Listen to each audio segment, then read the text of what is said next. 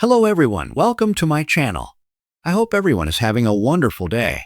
Before starting the video, please go ahead and hit the subscribe button and give this video a like up. Star Trek Strange New Worlds documentary episode leaves the fates of two major characters up in the air. Throughout Strange New Worlds Season 3, Humberto Beto Ortegas has been filming a documentary about Starfleet, and we get to see the finished product in Episode 7. What is Starfleet? Delivers a classic Star Trek story while also addressing some harsh truths about Starfleet as an organization. In Star Trek Strange New Worlds Season 3, Episode 7, the Starship Enterprise is tasked with aiding the non-Federation planet Lutani 7 in their war with the Caesar. As part of this mission, the Enterprise tracks down a creature known as a Jakaru that has been altered to act as a weapon for the Lutani. The Lutani's treatment of the Jakaru doesn't sit right with many of the ship's crew members. In search of other options, LT, Spock, Ensign Uhura, and Nurse Christine Chapel discover a way to communicate with the Jakaru. Captain Christopher Pike gives them the go-ahead to take a shuttle out so Spock can attempt a mind meld with the creature, but Spock and Chapel are both injured in the attempt. In the climactic scene of What is Starfleet? Spock, Chapel, and Uhura take the shuttlecraft Galileo and approach the Jakaru in space. Spock successfully connects with the creature, but a Lutani warship approaches and disrupts the mission. This leads the Jakaru to lash out, which causes an explosion in the shuttle. Uhura emerges mostly unscathed, but Spock and Chapel both suffer pretty severe-looking injuries. Uhura wants to continue trying to communicate with the Jakaru, as she sensed the creature when Spock connected with it.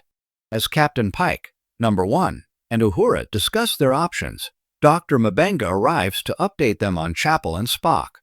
Dr. Mabenga reports that Christine is stable, and that he has Spock in an induced coma so his brain can heal. Beyond that, we never hear anything more about their status. Although both Spock and Chapel appear in the dinner scene at the end of the episode, Beto's documentary was filmed out of order and never officially updates the viewer on Spock or Chapel's fates. Although we, as viewers, know that both Spock and Chapel will be fine, it's odd that Beto left their fates out of his documentary. He even overlays a scene of them being rushed to sickbay with an interview of Captain Pike discussing the pain of watching crew members die. It would have been easy to include a title card that updated their status, but Beto's documentary sort of implies that one of them may not have made it.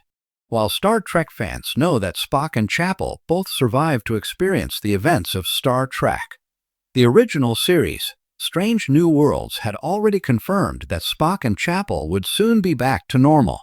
Back in 2024, Star Trek dropped a sneak peek at San Diego Comic-Con featuring a scene from Strange New Worlds Season 3, Episode 8, 4.5 Vulcans.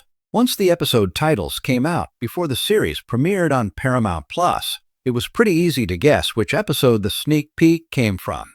Considering Spock and Chapel both appear whole and healthy in this scene from Star Trek Strange New Worlds Season 3, Episode 8, it's clear they have fully recovered from the events of Episode 7. When Star Trek Strange New Worlds returned for Season 3, fans were excited about the promise of bold new adventures, character-driven storytelling, and classic Trek moral dilemmas. Episode 7, however, left longtime Trekkies buzzing, not because of its spectacle or its thematic resonance, but because it seemed to quietly forget about two characters' fates that had been left dangling in earlier episodes. For a show usually praised for its attention to continuity and character arcs, this oversight has created a fascinating discussion. How could the writers simply bypass stories so integral to the crew of the Enterprise? Let's dive into the narrative twists of Episode 7 and uncover how these missing threads highlight both the strengths and weaknesses of serialized storytelling within Strange New Worlds. Season 3, Episode 7, tentatively titled Shadows Beyond the Stars, centered on the Enterprise being drawn into a mysterious region of space where time itself fractured, forcing the crew to face alternate versions of themselves. At its heart, it was a story about identity, who we are when our choices ripple across different timelines. Captain Pike once again was forced to confront his looming destiny at Talos 4, Spock wrestled with his dual heritage, and Lon Noonien Singh's security instincts put her on a collision course with her emotional vulnerabilities. The episode had plenty of gripping visuals, phasing corridors, broken starlight bleeding into the ship, and enemies who were technically versions of themselves. And yet, while the story landed some emotional punches, fans couldn't help but notice something glaring. Two key characters' arcs were brushed aside as if they had never mattered. Back in Season 1, Chief Engineer Hemmer's sacrifice left a lasting emotional scar on the crew, particularly Uhura, who learned to balance grief with her place on the Enterprise. The show seemed poised to use Hemmer's legacy as a recurring touchstone, not unlike how Star Trek: The Next Generation often invoked Tasha Yar after her death. But in Episode 7, when the fractured timelines allowed crew members to encounter echoes of the past and alternate futures, Hemmer was strangely absent. There was a perfect opportunity for Uhura to encounter an alternate Hemmer, perhaps one who survived, or one who challenged her growth by asking if she had truly honored his sacrifice. Instead, his name was never even mentioned. For fans who still feel Hemmer's loss, this was jarring. Strange New Worlds prides itself on blending episodic adventures with serialized emotion. But here, the writers seem to forget the very foundation of Uhura's development. Imagine the richness of a scene where Uhura hears Hemmer's voice in the distortion of fractured time, only to realize it's not him, but her memory. The missed opportunity echoes loudly. The other forgotten fate lies with Sibak, Spock's infamous half-brother, who made a surprising cameo in Season 1, and whose storyline was teased as a future thread.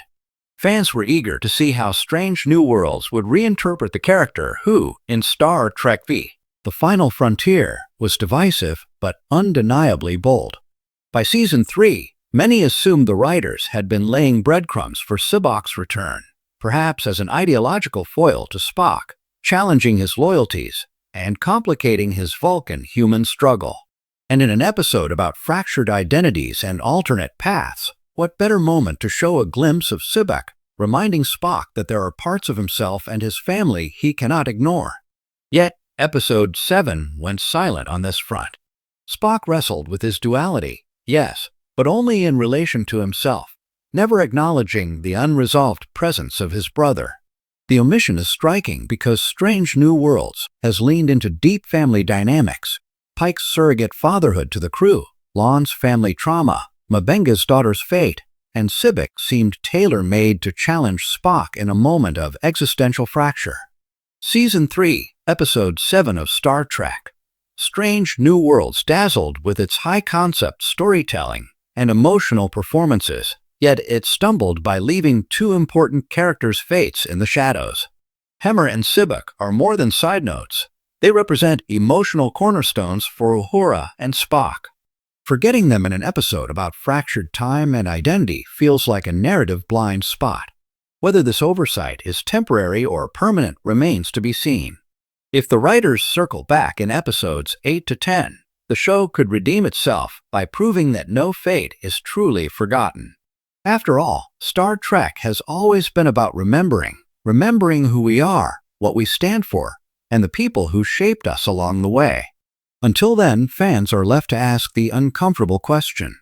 In a universe where time bends and alternate futures abound, how do you forget the characters who defined your past? Thanks for watching this video. Please subscribe to our YouTube channel and stay with us.